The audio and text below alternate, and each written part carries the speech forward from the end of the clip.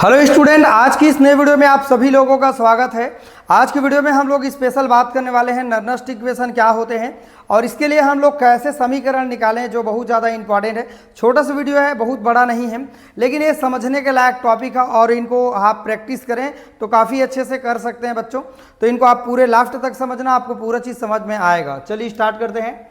ये जो इक्वेशन होते हैं, कोई भी सेल के विद्युत वाहक बल अर्थात EMF विद्युत वाहक बल और मानक इलेक्ट्रोड विभव, हमारे पास एक होता है विद्युत वाहक बल होगा और दूसरा होगा हमारे पास स्टैंडर्ड इलेक्ट्रोड पोटेंशियल, इसका पूरा नाम होता है, जिसे हम लोग क्या से दर्शाते हैं, E0 का सेल अभिक्रिया में भाग लेने वाले पदार्थों की सक्रियता में संबंध को दर्शाता है। ये दो लाइन का परिभाषा आप सारे लोगों को याद कर लेना है। एक बार और पढ़ता हूँ, सुनना। यह समीकरण सेल में विद्युत वाहक बल, एक चीज विद्युत वाहक बल होगा और दूसरा है मानक इलेक्ट्रोड विभव, जिसे E0 से हम लोग दर्शाते हैं, का सेल अभिक्रिया में भाग लेने वाले पदार्थों की, सेल अभिक्रिया में जो भी भाग ले रहे हैं उनके पदार्थों की सक्रियता अर्थात एक्टिविटी में संबंध को क्या करता है, दर्शाता है। अब इसकी उत्पत्ति कैसे होते हैं, नर्नस्ट जो हमारे पास इक्वेशन होते हैं उनको समझते हैं। डेल जी बराबर होता है -NFE सेल होता है, दर्शा सकते हैं हम, थोड़ा सा इसको याद करेंगे।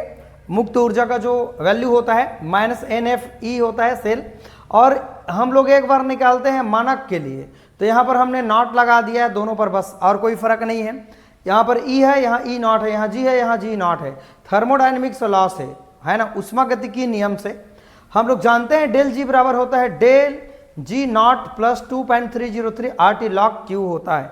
ये सब का मीनिंग मैं बताऊंगा आपको। यहां पर लिख लीजिएगा, मानक अवस्था में, मानक अवस्था, आप सब लोग जानते हैं मानक कंडीशन क्या होती है, जिनकी सांद्रता 1 मोल होती है, कॉन्सेंट्रेशन 1 मोल होती है, इसकी सांद्रता, टेम्परेचर कितना होता है, 25 सेल्सियस टेम्परेचर होगा, और 298 केल्विन इसका क्या होगा, टेम्परेचर होगा।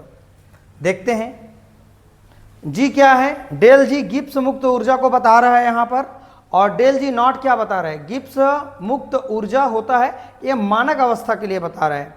आर जो है ये गैस का स्थिरांक है, गैस कांस्टेंट है, जिसका वैल्यू यहां पर डेटा फिक्स है 8.314 JK-1 मोल -1 जूल केल्विन -1। ओके, टेम्परेचर कितना है, 298 केल्विन टेम्परेचर है। क्यू मतलब क्या समझे, क्यू का मीनिंग है यहाँ पर P/R, P मतलब प्रोडक्ट, R मतलब रिएक्टेंट। प्रोडक्ट मीन्स इसको कहते हैं उत्पाद और इनको कहते हैं रिएक्टेंट, अभिकारक कहते हैं। समझ में आ गया होगा। अब चलो समझते हैं। हमारे पास मान को रखने पर यहाँ पर लिख देते हैं समीकरण में मान रखने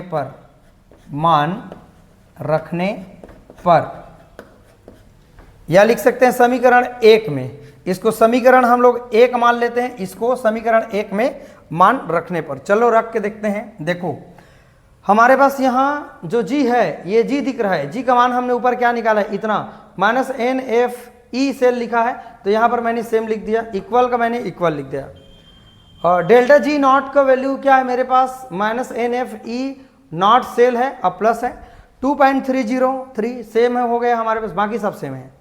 दोनों तरफ -NF का भाग देने पर, देखो भाग देंगे दोनों तरफ, प्रभाव नहीं पड़ेगा, ठीक है।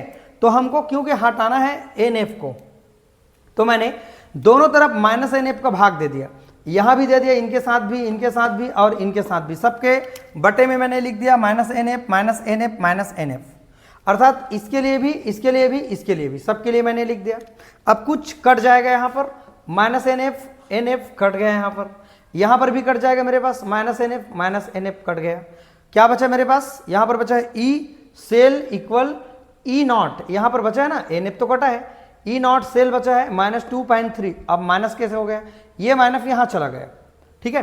तो यहाँ पर क्या हो गया, ये माइनस हट गया, अब यहाँ पर आ गया ना, ये सब के लिए माइनस हो गया, प्लस माइनस गुणा हो गया माइनस होता है, तो ये हो गया 2.303 RT log Q का Q हो गया, -NF का हमारा NF हो गया। ओके, अब यहाँ पर है हमारे पास E सेल इक्वल टू क्या हो जाएगा हमारे पास, ये सेम हो गया हमारे पास, E cell equal to E0 cell हो गया, माइनस में हमारे पास हो जाएगा 2.303 RT NF का NF, और log Q का हमारा हो जाएगा Q हो जाएगा। समझ में आया इतना? ठीक है।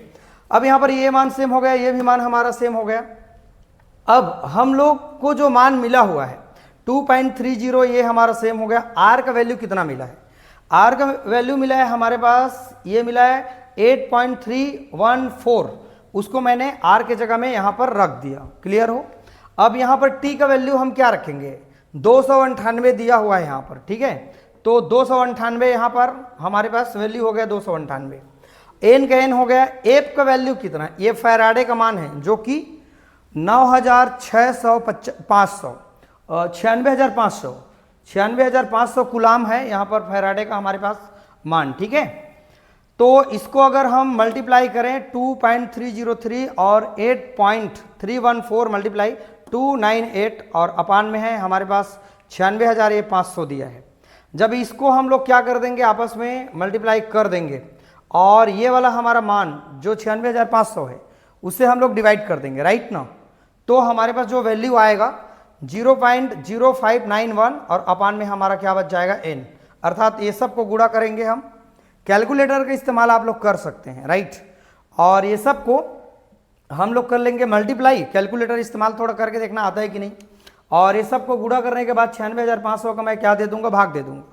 तो मुझे मान मिल जाएगा 0.0591 और अपान में n का हमारा n हो गया।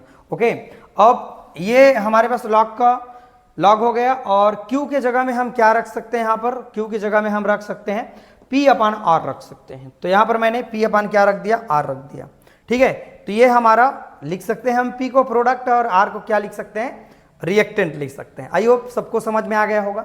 एक बार वीडियो को रिपीट करके देखना, आपको पूरा चीज समझ में आ जाएगा कहाँ कहाँ से डेटा मैंने लिया है। कुछ चीजों को याद करना है। यहाँ पर समीकरण दिया है ना, इक्वेशन। चलो आप सब लोग पहले स्क्रीनशॉट एक बार ले लो।